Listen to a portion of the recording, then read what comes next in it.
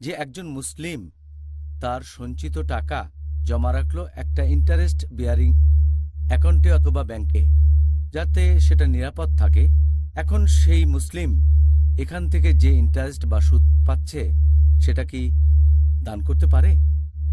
বেশিরভাগ বিশেষজ্ঞ বলেন, যদি জবরদস্তি করা হয়, হয়তো কোনো অমুসলিম দেশে আছেন আর নিরাপত্তার খাতিরে আপনি প্রচলিত ব্যাংকে ইন্টারেস্ট বিয়ারিং অ্যাকাউন্টে টাকা রাখতে পারেন, তবে এখানে ইন্টারেস্টের যে টাকাটা সেটা দান করবেন আল্লাহর কাছে পুরস্কার লাভের আশা না করে, কারণ এটা হারাম। বেশিরভাগ বিশেষজ্ঞ বলেন, তবে ব্যক্তিগতভাবে আমি একমত নই।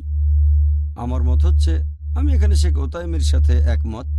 তিনি বলেছেন যে এই কাজটাও নিষিদ্ধ, কারণ কোরআন বলছে না যে সুদের টাকা ব্যবহার করো না। কোরআন যদি বলতো সুদের টাকা ব্যবহার করো না, তাহলে সিদ্ধান্তটা ঠিক হতো। কোরআন বলছে রিবায় জড়িত হয়েও না, নেবেও না, দেবেও না। দান করতে গেলে তো ব্যাংক থেকে রিবা নিতে হবে, সেজন্য আমি একমত না। যদি আপনি রিবা বন্ধ করতে চান, তাহলে সিস্টেমটাই বন্ধ করতে হবে।